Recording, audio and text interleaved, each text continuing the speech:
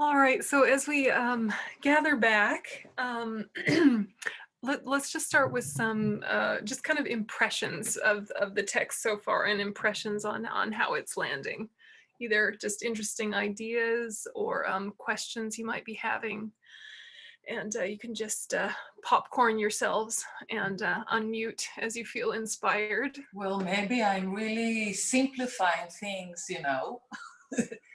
too simple. But I try to think of a practical way, to put it all into.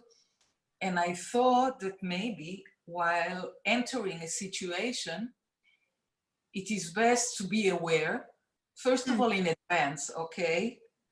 And always twist it around spontaneously and immediately see the other side of things, in daily life. It's not emptiness, but that way you can see that there is another truth that you have to be aware of. So that can be very helpful, Yeah, seeing, hearing, and understanding there's another side before even you react. Just flipping it. Yeah, yeah, even just pause, isn't it? Yeah. So it will be of great help. Yeah. Yeah, definitely. There's a advice, I'm trying to remember which teacher said it, that whenever something unexpected, especially unwanted happens, to see it like a mindfulness bell to wake you up and help you recalibrate and come back to your motivation.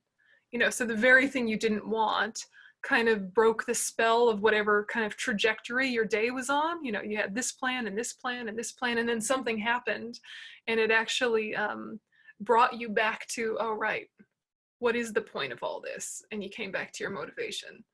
So rather than unexpected or unwanted things as being a problem, you see them as almost with some gratitude of, oh, right, I had forgotten the point, and I was just going to the grocery store in order to go to the grocery store. I wasn't going to the grocery store in order to be of benefit to all sentient beings. Thank you, horrible person in traffic.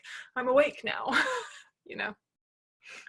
Yeah, I mean, these aren't unfamiliar concepts to a lot of you. So I'm just wondering, what makes them stick, or what makes you forget? Yeah, I'm very aware for the leaps that you talked about. That's very much in my consciousness. Yeah. And then more, give me more. What? Give me more. More? I'm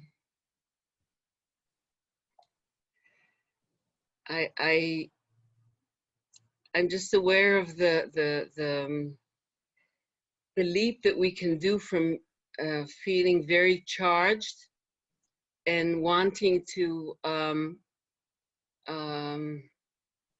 calm down or kind of release it, and not do it through a gradual and compassionate way towards ourselves, so it can really happen, and this kind of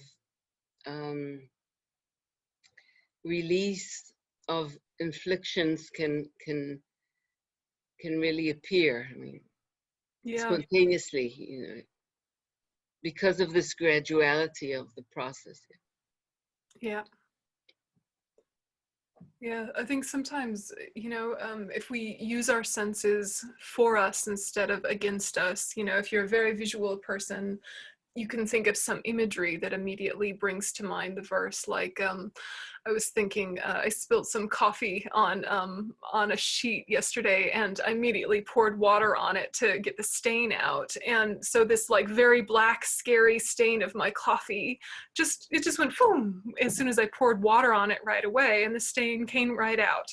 And of course, that if I hadn't poured water on it right away, the stain would have set, and it would have been a whole mission to wash it out, and a whole but it's like, my afflictions can be like that. It's like there's the drop into the clear consciousness of my mind, and if I bring kind of the soothing clear water of emptiness to it, then it doesn't set.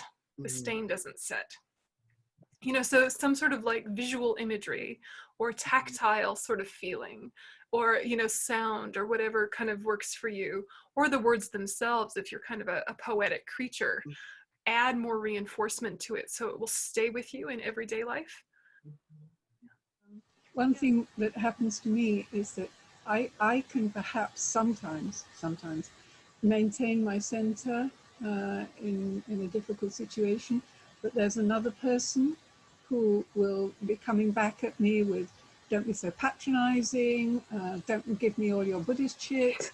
You know, you're not taking me into account. And has anybody any suggestions how to deal with that? Because it's really difficult. It is. People are triggered by our path, aren't they? Yes. And we're not perfect in our path, but the fact that we have one is sort of confronting. And then sometimes people will use that against us and be like, oh, you're not being very Buddhist today, are you? I'm sure we all have, yeah. Right. I get that. Yeah. So yeah, what can we do? Yeah, it's a really important question. I mean, you know, this is my life. I'm with you. I'm wondering what other folks do, just because you've heard from me a lot today, but I'll weigh in too. But yeah, what do other people do when you feel others kind of projecting their stuff because they see you as a Buddhist or a practitioner and they're kind of venting their spleen on you? And, you know, ways that we've navigated that successfully. Thoughts? I try to see who's the person standing in front of me, and if he even. Most of the people are fine where they are. They don't want to be challenged, I feel, and sometimes they want to be challenged, but just in, you know, specific amounts, not too much. So just try to see where's the person who's standing in front of me at, and oh, sorry. and I also check with myself if I'm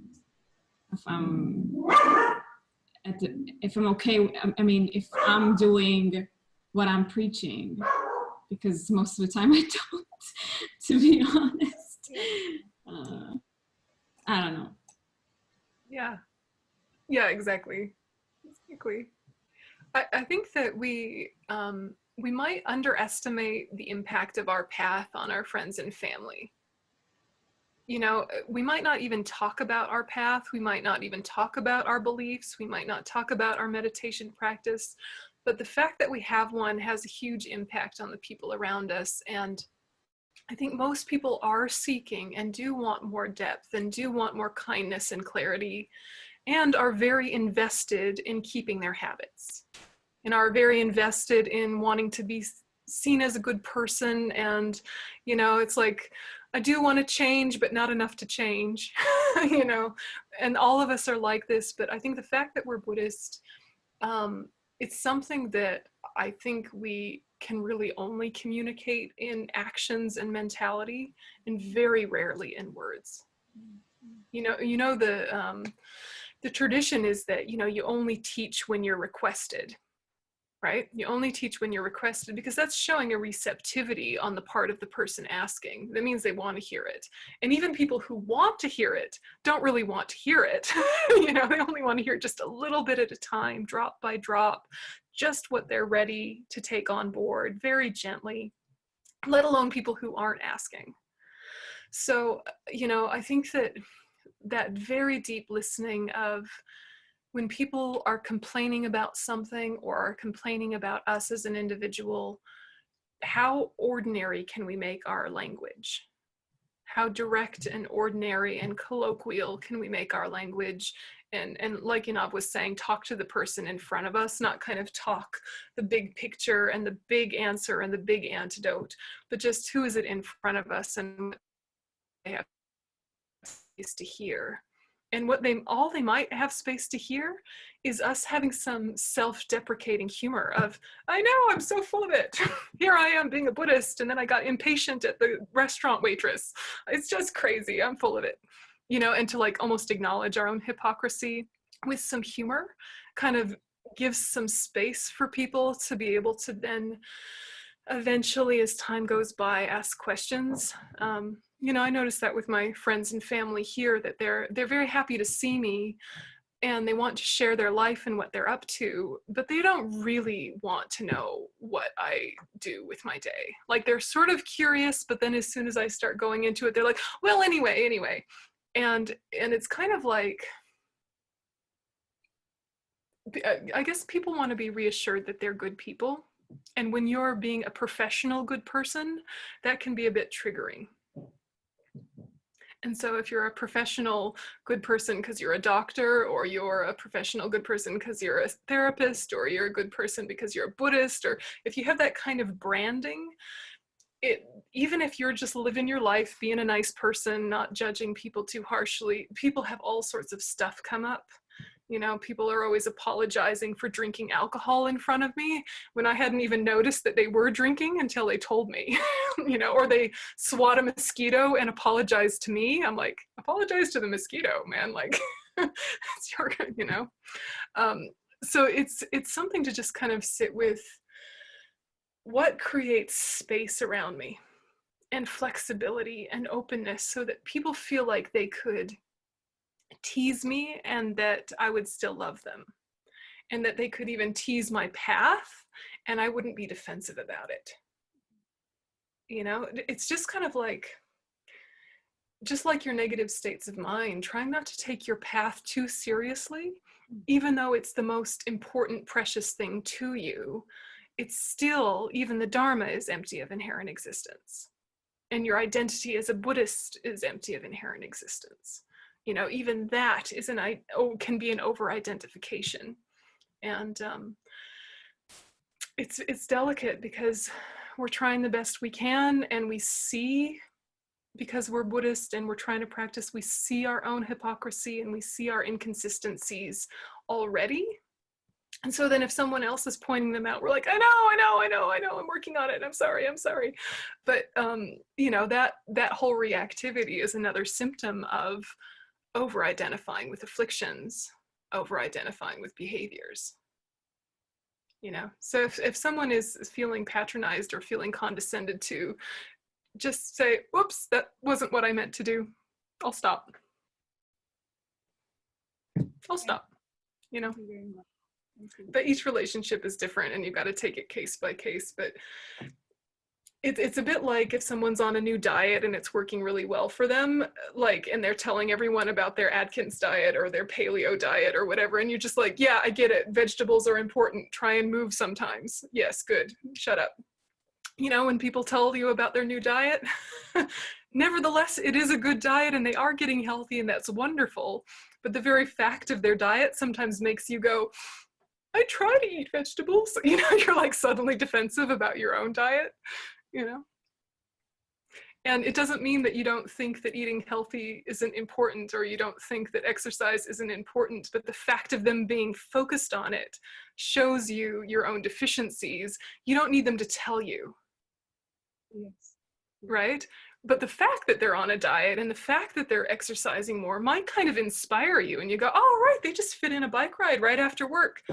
Yeah, I guess while I'm on a roll, I probably could fit in a walk or something. That's really excellent. They make it no big deal. They just go for a walk while they're still out and about. It's a great idea. I should do that. And you never tell them. And they never know that they inspired you. You know, but if they had said, you know, you should really take a walk after work, you'd be like, shut up. Right. Right. It's a bit like that, right? Yeah. So just model it, I think. But yeah, what's worked for other folks when people are a bit triggered by your path? I use the words, it's just an idea, you know. I never use the word Buddhism, first of all. They know what you mean, Tal. Just an idea. And and usually, you know, you try and see if they even want your advice, your opinion, your help, because sometimes we jump ahead and that really is patronizing, you know. First of all, feel, listen. So there are ways to change it, you know. Yeah. Be sensitive. Yeah. Ari, you had something? when someone is complaining about the way I'm saying things, I'm trying, it's not easy at all, to use it as a source of information about my state of mind. And when where I was too loaded with my cherish I, or when I didn't know that, but I'm using the other one, I'm trying. Again, it's not easy as a teacher, not to be his teacher in a way, but that he will be my teacher of what's going on. Yeah, exactly. So what I thought I would do for this session is there's so many really beautiful points, and it's hard to kind of make yourself read through them and sit with them. So I thought I would just kind of read some of the highlights and just let them land. But as I read them, just try and really immediately relate it to your daily life. You know, immediately make it personal, because remembering the best way to listen to Dharma is to think of it as personal advice. So, so I'm not going to do all of them because we don't have time, but I thought to just kind of pull out the ones I felt were really significant for this kind of day and age, and then we could kind of discuss them a little bit. So, so going to the notes, the third point is transforming adverse circumstances into the path to enlightenment, which means just making difficulties into fuel for practice, right? And the first one is like the summary of the whole practice, which is, when the world is filled with negativities, transform adverse circumstances into the path to enlightenment. And then the very pithy point, which is like almost a daily mantra for me, is banish the one to blame for everything. Banish the one to blame for everything, which means the self-cherishing and self-grasping thoughts. So, you know, this is the interesting thing, because we're so accustomed to blame and blaming ourselves, blaming others, blaming the environment. Instead of trying to immediately like counteract the blaming mind, put blame where it actually exists. There is something to blame. Yeah, so you don't have to completely do this like 360-degree change around right away. Just shift your blaming mind to where the blame actually should be. What caused all the trouble? Self-cherishing, self-grasping, the two enemies. Yeah, so self-grasping ignorance, which is what makes you believe your own projections. And then once you have those projections, you have to protect them, right? So then you have self-cherishing, which says, well, if I'm this independently existent I better look after it. Yeah, I better protect it, I better soothe it, I better push away people that hurt it and bring towards it people that help it. And that makes me indifferent to my negative impact on others. Yeah, I might hurt people not even meaning to, just because I'm so oblivious and so self-centered, just living my life assuming I'm an independent entity, that, you know, I'm just like causing chaos in my wake and never even acknowledge it. And then because of that, people are annoyed. Things are more chaotic. People are frustrated with me. People are confused by me, etc., etc. Because of my self-cherishing, people aren't getting the best of me and are annoyed by that. And then on the top of regular self-cherishing, everyday self-cherishing, you can have the escalated self-cherishing that says, I do understand my negative impact on others and they deserve it. Right? You know, that's a bad day, right? But, you know, you have your everyday indifference, which just doesn't even notice the impact you're having on people. Like, I'll wait on that email. They can wait. That's not important to me, so it must not be important to them. Or, you know, I'm going to take that parking spot first, even though they looked really urgent about it in their face. Me first. That's the plan. I don't mean to hurt anyone. I'm just looking after me. You know, like benign self-cherishing, which is like why it's so rough in the world, right? But then you have your escalated self-cherishing, which is, I know I'm annoying people and hurting people, and good riddance. I should. They're awful. Yeah. So self-cherishing is the root of all of our everyday problems. Of course, the basis is self-grasping, which is why we need to realize emptiness. But kind of the everyday problem maker is the one that says, me first, me first, then maybe I'll look after you if I feel like it, if I have mental space. But really me first. And the me first makes you implode and makes all of your problems feel bigger and makes you suffer more. You know, if you're thinking of spaciousness and all sentient beings and the whole world and the whole universe, etc., your little everyday problems shrink into their correct proportion, which means then your mind doesn't worry about them in such an escalated way. Yeah, this is the thing. So self-cherishing is the great liar, and self-grasping is the great pretender. Self-grasping is pretending to be you, and then that pretender you believe in, and self-cherishing then lies about what it needs, but it's a lie because that thing never existed. It was just a pretense. It was a facade. So banish the one to blame for everything. All the harm outside, all the harm inside is coming from self-grasping and self-cherishing. And so whenever I'm feeling sort of like, well, not whenever, when I remember, right? When I remember, if I'm feeling really struggling with something, and why can't they, why don't they, why can't people, or why can't I, what's wrong with me, blah, blah, blah.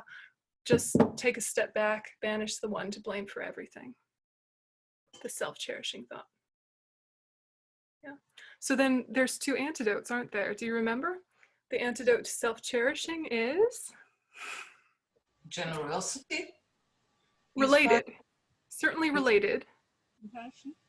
Compassion? Yeah, very, very related. Yeah, Karen? No, I said compassion. Compassion. Related, very related. Yep. The antidote to self-cherishing is cherishing others in the best way, which is bodhicitta. Yeah. So the antidote to self-cherishing is cherishing others in the best way, which is bodhicitta. It's like the best way to repay the kindness of all sentient beings is to become enlightened for their welfare. That's the nicest thing we can do. It's the kindest thing we can do, but it's also the deepest thing that we can do. Yeah.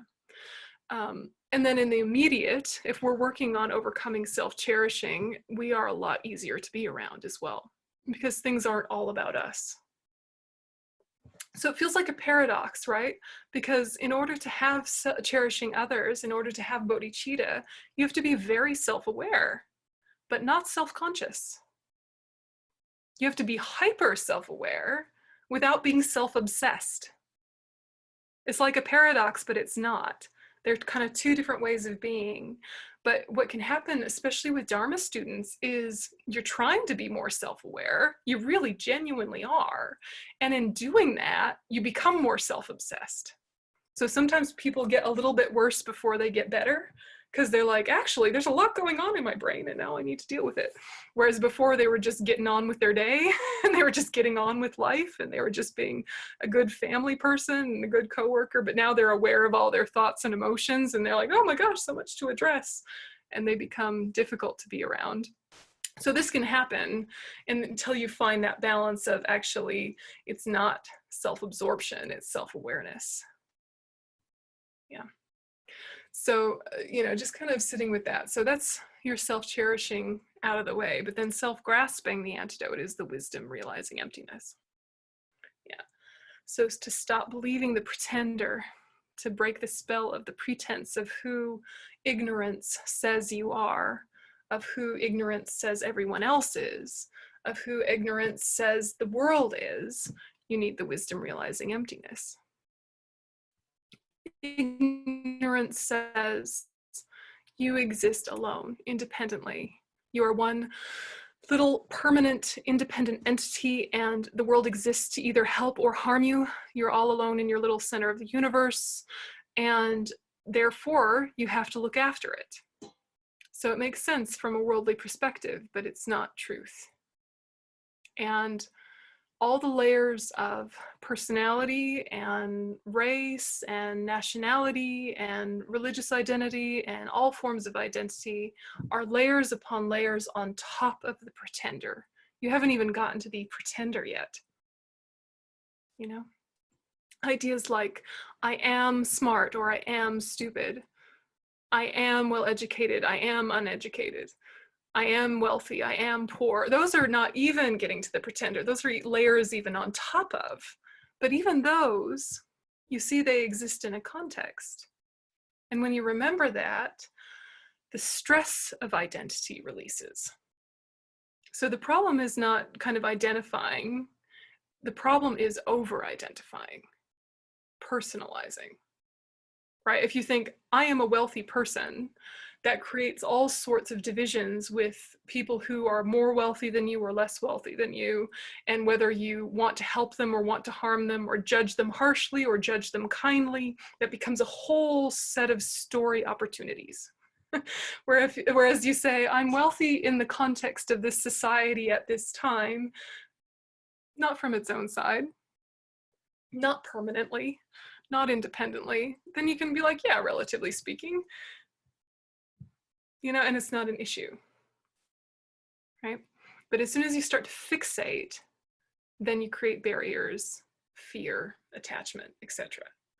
So, you know, banish the one to blame for everything. Okay, that's the main one of all of these, and then everything else is kind of related. And the next one is be grateful to everyone, which sounds kind of, I don't know, cheesy and American and yucky and why and whatever. But if you can do it quietly and secretly to yourself, it can be a powerful practice. If you're genuinely grateful to everyone. The one who is kind to you, thank you for modeling kindness. Thank you for sharing kindness. The one who is unkind, thank you for showing me how harmful that can be so I don't do it.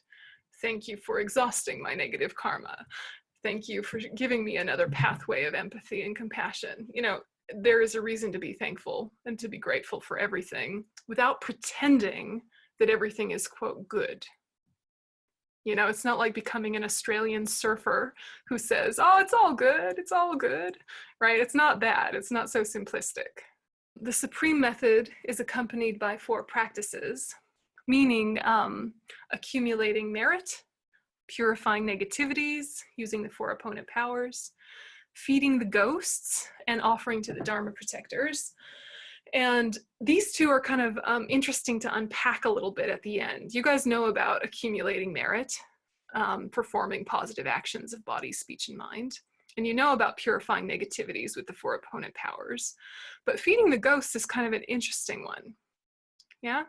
This is, you can see it as external or internal lapses of mindfulness.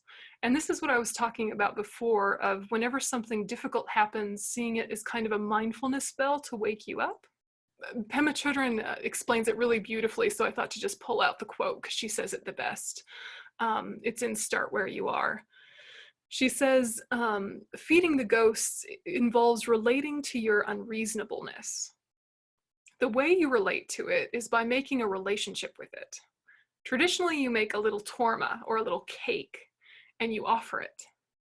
She writes, this sudden unreasonableness that comes up out of nowhere is called a dun. It wakes you up, and you should regard that as best rather than try to get rid of the problem. There is even an incantation that says, not only do I not want you to go away, you can come back anytime you like, and here, have some cake. The commentary says that you invite them back because they show you when you have lost your mindfulness. You invite them back because they remind you that you've spaced out. The duns wake you up.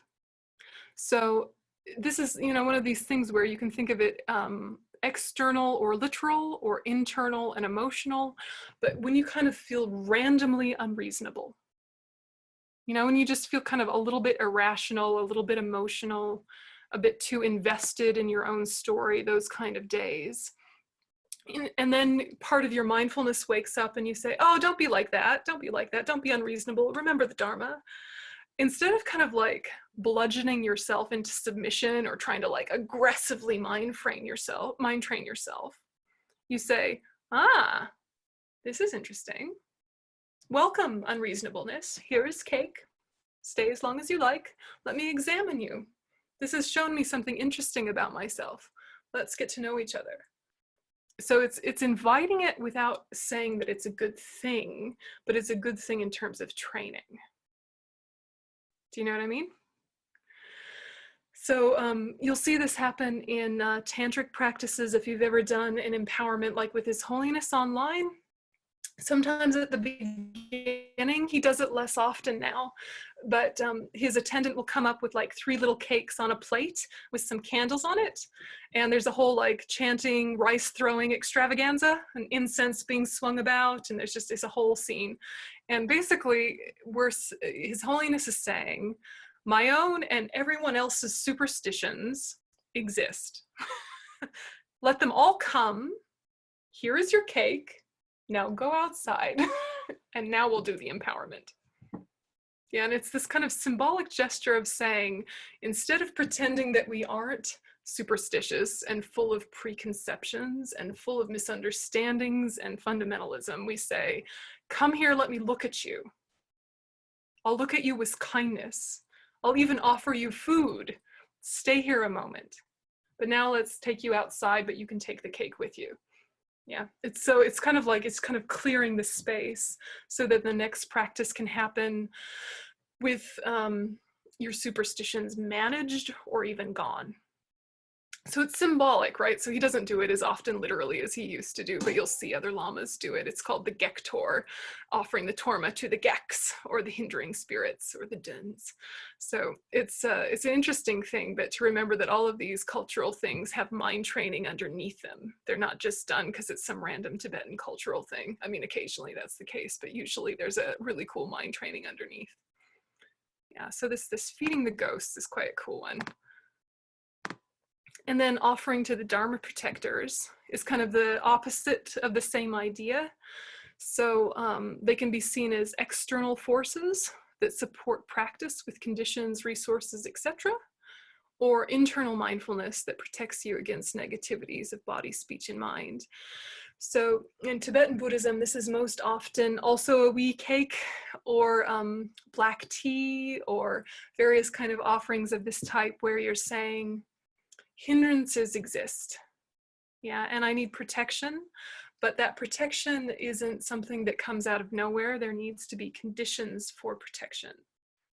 Yeah, and it's not like I'm buying anything off or, I don't know, bribing someone to help me. It's not like that. It's all psychological, but it's just kind of framing, as soon as I start to do something virtuous, it often invites obstacles. Have you ever had that happen, right? When you're just about to kind of get organized with something, you know, you're about to start doing your morning practice a little earlier than usual, a whole hour earlier, half hour earlier, or you're just about to do this or that really virtuous thing, and you really want to. And then all these obstacles come up, you know, and all of these kind of interferences kind of come up. And sometimes it has nothing to do, seemingly, with your mind. It's like literally your car breaks down. It's been fine for months, but now suddenly your car breaks down. Or literally the pipes freeze in the winter. That doesn't happen in Israel. But you know, it's like really sitting with, okay, these external things aren't me or my mind, but that doesn't mean that they're not related. Yeah? Because just as we set our intention to do something virtuous, then all of our eons of negative habits say, don't change, right? I want to exist. I want to keep being irritable and grumpy and needy and full of all sorts of mess. I want to, don't make me change. Here, I'm gonna break down the car. And it's not quite as literal as that, and yet in a way it is. And so offering to the Dharma Protectors is really saying, okay, inner resources, okay, outer resources, I'm about to make a significant shift. I need some backup. My afflictions are going to rush in, and instead of me feeling like I'm doing battle with them, I'm going to adopt this wrathful aspect that prevents them. So these Dharma Protectors, if you see them in paintings, they're usually surrounded by fire, and they have fangs and bulging eyes, and they look really scary, but their nature is compassion, and their deepest nature is you. And it's basically the fierceness of your ability to throw off obstacles. that makes sense. So these are just kind of some interesting ways of framing life. Just interesting. And then I'm going to kind of move quickly through the 5 powers because this group particularly has talked about the 5 powers a lot, so I don't think we need to give it much time. But if you want to look back over the 5 powers, it was in the Discovering Buddhism, Establishing Daily Practice. And then I just taught it in Australia last week. And so it's on my YouTube channel under the Preparing for Death. There's a whole like section on the 5 powers. So we're just going to look at them briefly, but then go on to the fun stuff. This is fun too, but it has been covered. So basically, if you want bodhicitta, you need consistency. Yeah, consistency of practice, which means kind of taking one moment, one session, and one day as like the micro experiment for your whole life and lifetimes. So the things that you do in one session become the things that you do in one day, become the things that you do in one life, the things that you do forever after. And it's basically keeping these ideas of setting your motivation. Why am I doing this? Let me make it altruistic. Yeah, setting the intention. And then habituation is do it again and again and again, or keep coming back to it. And what are you coming back to? The white seed or the positive actions, and rejecting the negative actions. And then all of that energy, where do you want it to go? You want it to go all the way to enlightenment for the benefit of all sentient beings. And by the way, you know, good rebirths along the way. By the way, a nice day, by the way, a nice session, but you're aiming for the highest and achieving the smaller as a byproduct, rather than the way we normally are, which is just focusing on, let's get through this, may it work out well. You know, you're thinking, this is for the benefit of all sentient beings, and then it works out well, whatever it is, you know, your little mission to town to do some errands, you know. But if you're just thinking, I need to go to town to run errands, then the energy stops there. If you think I'm going to town to run errands and may all of this be fuel for my practice to be of benefit to all sentient beings, then both can be achieved. So the 5 powers are for one session, one day, at death, lifetimes, and you can look through those another time, but that's kind of a good way to make sure to frame your daily practice if it's kind of gotten unorganized, the pieces to put into there, as well as how to frame a day and things. Okay, so here's the fun ones. The measure of having trained the mind. Integrate all the teachings into one thought. So every practice is to point you to unraveling the misconception of self. Of the 2 witnesses, hold the principal one. This one is quoted often at monasteries and nunneries. Of the 2 witnesses, hold the principal one. What this means is you are the expert of your own mind. It means when there is conflict and people are misunderstanding you, you know what motivated you if you sit with it long enough. You know, not spiritually bypassing, not telling yourself what your motivation should have been or what you thought it was, but of the 2 witnesses, yourself and others, what actually motivated you. Because people will attribute motive to you all the time, just like we attribute motive to others. They did this because, they did that because. People do that to you all the time. And you don't have to take it on just because that's what they think.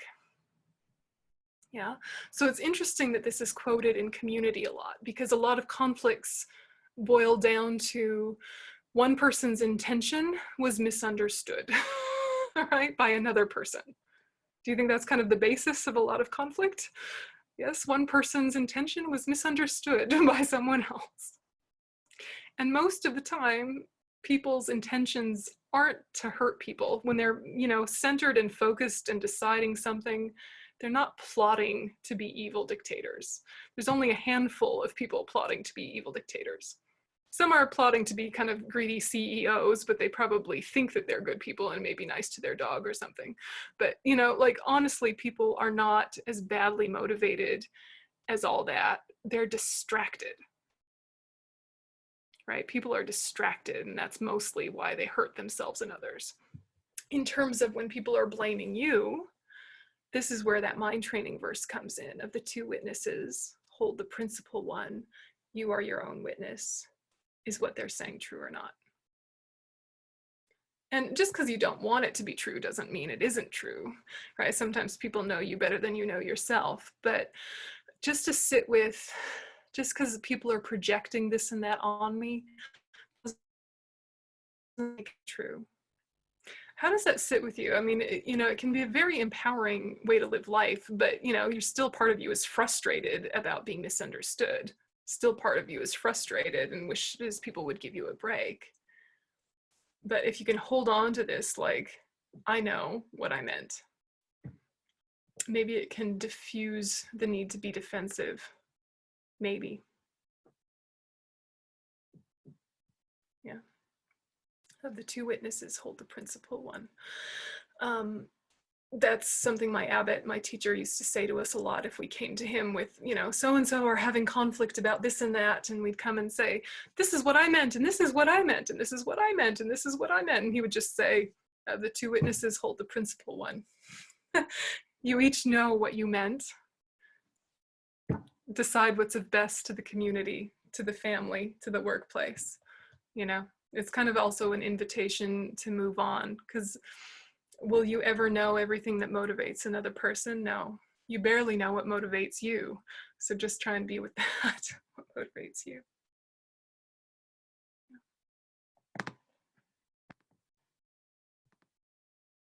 Okay, and then constantly cultivate only a joyful mind, which is another one that sounds superficial and American and, painful and gross, but is actually incredibly profound. To kind of decide joy,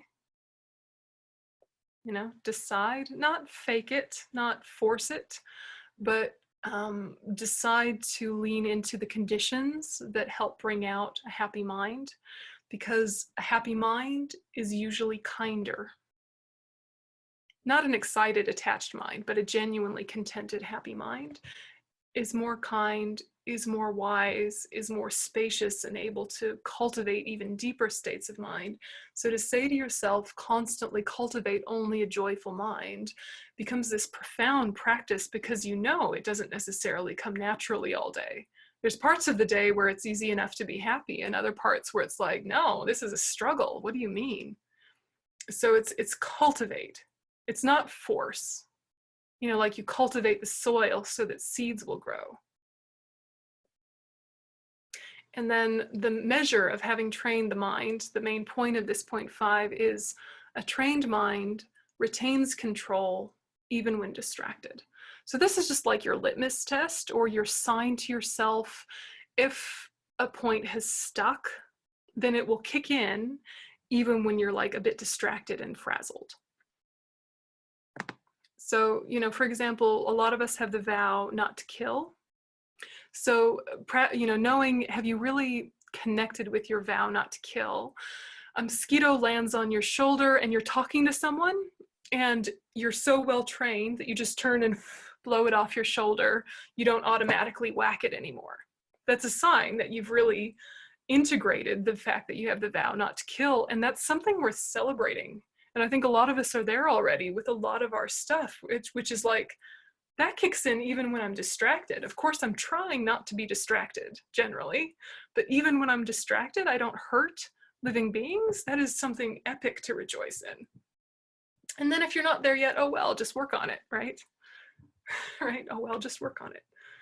So then these are the commitments of mind training, or the commitments of thought transformation, which basically means if you've decided bodhicitta is your thing, here's what's going to help support you, and kind of what you've committed yourself to. So this is basically like, I would like to call it the recipe for being a grown-up.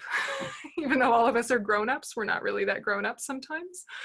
And, basically it says, the first one, always train in the 3 general points, which means don't go against ethics, don't be led astray by others and external conditions, try to be impartial.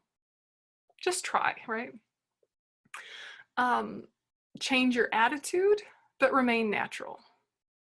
So you don't have to like adopt the attitude of being a spiritual person, being a Buddhist person. You don't have to start talking in mystical tones, right? Like some of us have to lead meditations sometimes, and you'll say, okay, everyone, bring your focus to the breath, you know, and it's like obnoxious.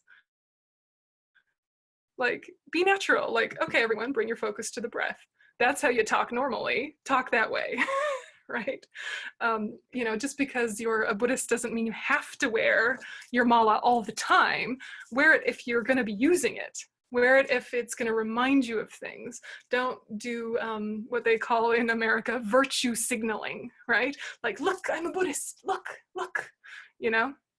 Like if it genuinely reminds you of something fantastic, do that. But, you know, we don't have to like adopt Tibetan handicrafts as our main, I don't know, decor in our house, right? Like Westerners frame things with wood. You can frame it with wood. It doesn't have to be brocade. But if you want brocade, have brocade. But like, don't make a show of your practice. And only you know, right? Because you can't tell by looking at someone or someone's house what's motivated them. But I think we can all tell when things are put on, you know, like it's more than what they are, or it's how they'd like to be seen to be. And we do that, and it makes it harder to communicate with us. It makes it harder for people to feel safe with us. You know, like if you think about His Holiness, the Dalai Lama, he is not saying, everybody bow to me, I'm the amazing Buddha of compassion. He is the amazing Buddha of compassion, and we all like to bow to him. But if he said that, we'd all go, no, that's weird, right? But the very fact that he's just like, I'm a monk, you know, like I fart on the airplane and I drink too much tea and my gallbladder is going because I eat too much butter, and, you know, he's just being himself. And then we love him so much because he's just being himself, you know? So it's change your attitude, but maintain your natural behavior.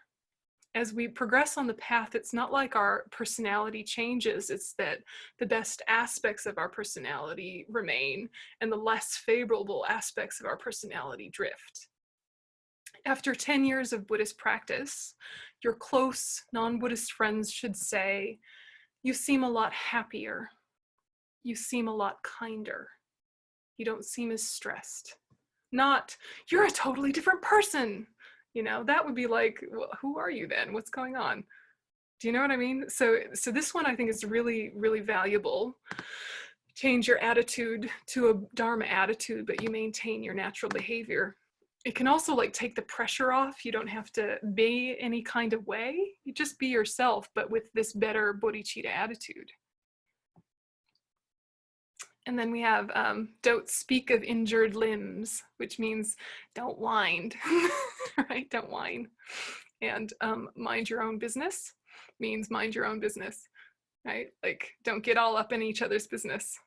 It's common and human, and whenever you sort of feel yourself wanting to interfere with someone's life, ask yourself, am I actually going to help, or am I just kind of addicted to drama? Or I just kind of want to be involved and I'm bored or lonely or whatever. You know, when you're kind of feeling the draw to be sucked into someone else's life, not when you're in a position of helping and caring like professionally or when you're a friend or something, but do you know that feeling of when suddenly someone's marriage or someone's workplace or someone's finances start to obsess your mind, and you sort of get all up in their business of, I'll give them this and this and this and this. When it's not coming from bodhicitta, when it's coming from this, like, you've kind of made it about you as the grand savior of the universe. So mind your own business. Deal with the stronger disturbing emotions first. Solid advice. Give up hope of reward. You will achieve enlightenment, but not if you're obsessed with enlightenment. Yeah. Abandon poisonous food. That means basically if you're doing something positive, do it without the 8 worldly concerns. And don't maintain inverted loyalty, which is like basically avoid blind faith and don't hold grudges. Don't make malicious banter, right? These are kind of funny English words, but basically it's like, don't have harsh gossip as the main thing you talk about, you know, and this is difficult because we might be very nice people, but then when we talk about politics, we become just horribly critical and divisive, and it's not about finding solutions or unity or connection. It's just about venting how frustrated we are. And so it's just, if we're going to be aspiring bodhisattvas, something to avoid. And then these two, don't wait in ambush, don't strike the vital point. It's basically like, don't keep score of people's faults. Yeah. So don't wait in ambush and don't strike the vital point. This is something to just really sit with, especially if we have any kind of competitiveness or jealousy or frustration with someone who's in a position of power, to really consciously decide, I'm not going to tally up all of the things they've ever done wrong in the back of my head. And then when the opportunity comes, I'm going to fire them out like arrows and saying, do you remember in 1995, you did this? And then you know, and it's like a list of all of their faults. And you've been holding the list of all of their faults ready to give it to them when they finally have a vulnerability. Don't wait in ambush. Yeah. Bodhisattvas do not wait in ambush. So it's like we sometimes know secrets of our friends, and then if they don't have friendship between us sometime, then we come out with all their secrets. Yeah, we were once friends, now we're not. I know all your secrets, I'll tell everyone. Like, you know, that's why I say it's like a recipe for growing up, right? We can't do that. We're trying to be bodhisattvas. So, you know, it's just kind of like, it's just a little like slap in the cheek gently of, right, I might still have some of these tendencies, but I can't live like this if I'm going to be a bodhisattva. Just no. Do you know what I mean? Like it's things we already believe, it's things we already value, but by framing them into these slogans, it kind of forces a spiritual maturity to be bigger than your afflictions. So don't strike the vital point, you know, not holding grudges, not pointing out people's secrets. It's just, it's an interesting thing to make really forefront in your mind. Then don't place the load of a horse on a pony. It means basically like take responsibility for the things you have responsibility for, and don't pass it on to someone who might not have the same tools as you or the same skill set as you, just because you don't feel like doing it. Or something that's easy for you, but you don't feel like doing, you give it to someone who it's not easy for because you can, because you have the power. It's like, no, that's not how we want to be. Don't try to be the fastest is like a chicken and the hare, or is like a rabbit and the turtle sort of story, you know, avoiding competitiveness. Don't act with a twist or be treacherous. Don't turn gods into demons.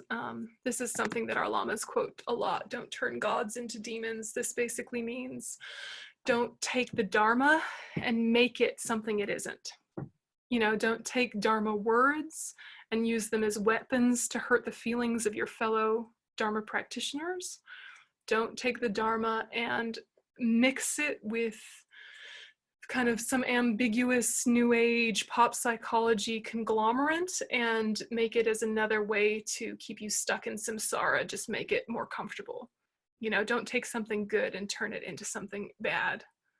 You know, don't misuse the intention of something. Yeah.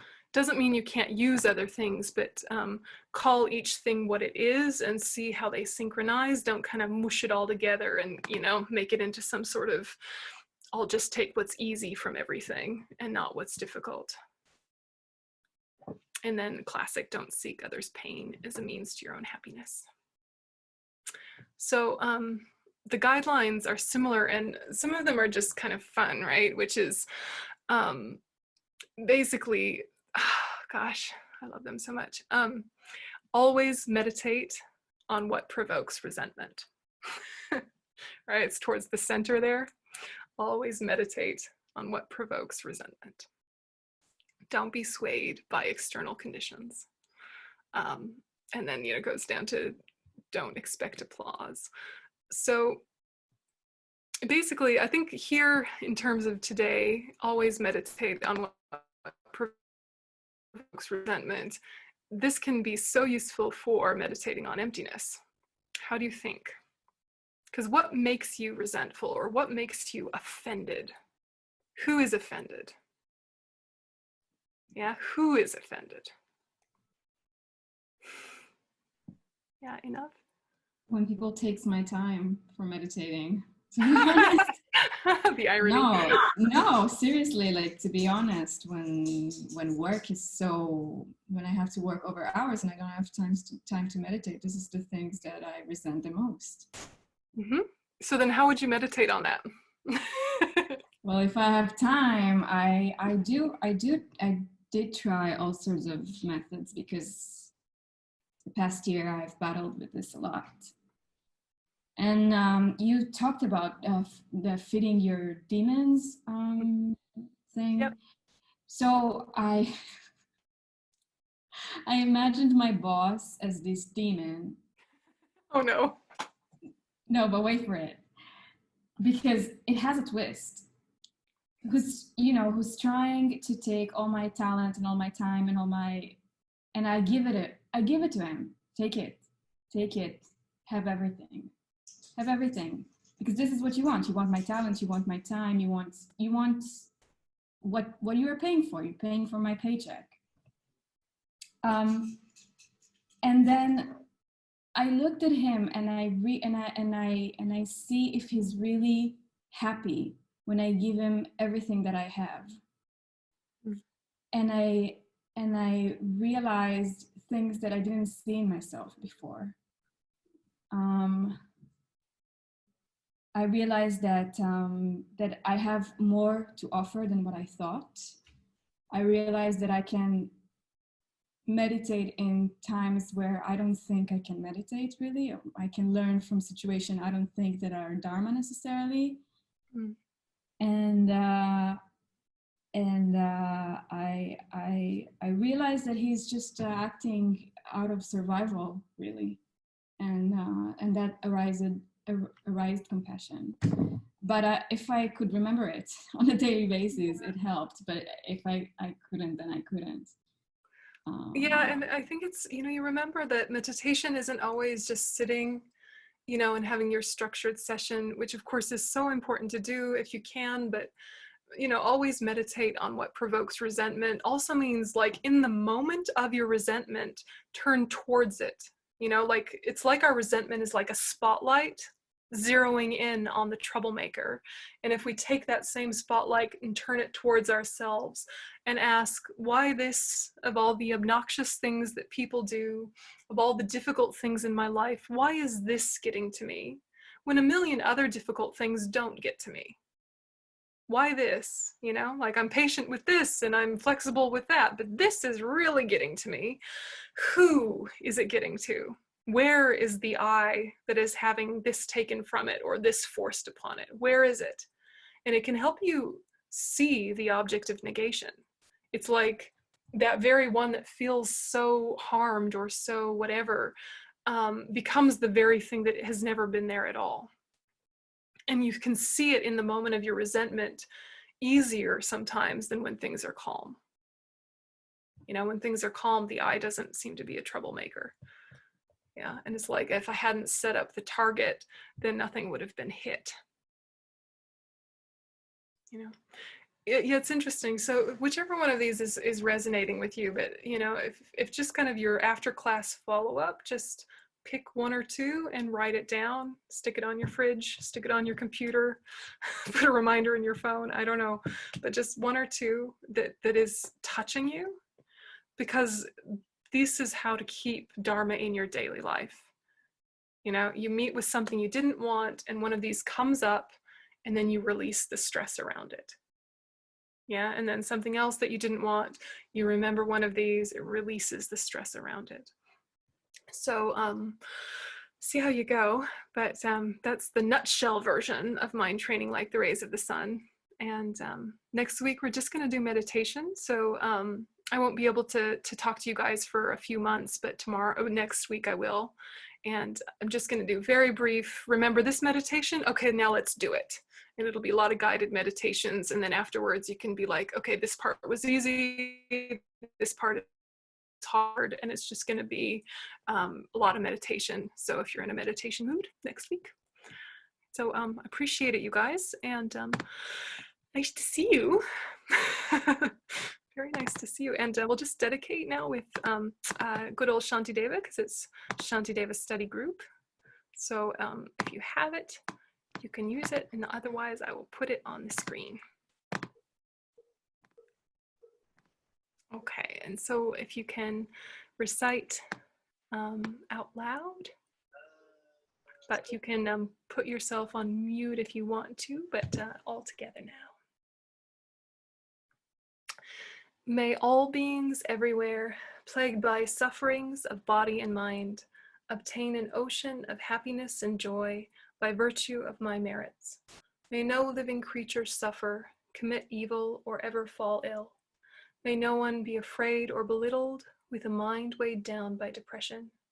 May the blind see forms and the deaf hear sounds. May those whose bodies are worn with toil be restored on finding repose. May the naked find clothing, the hungry find food. May the thirsty find water and delicious drinks. May the poor find wealth, those weak with sorrow find joy. May the forlorn find hope, constant happiness and prosperity. May there be timely rains and bountiful harvests. May all medicines be effective and wholesome prayers bear fruit. May all who are sick and ill quickly be freed from their ailments. Whatever diseases there are in the world, may they never occur again. May the frightened cease to be afraid, and those bound be freed. May the powerless find power, and may people think of benefiting each other. For as long as space remains, for as long as sentient beings remain, until then may I too remain, to dispel the misery of the world. Okay, thanks guys. So we're done for the day.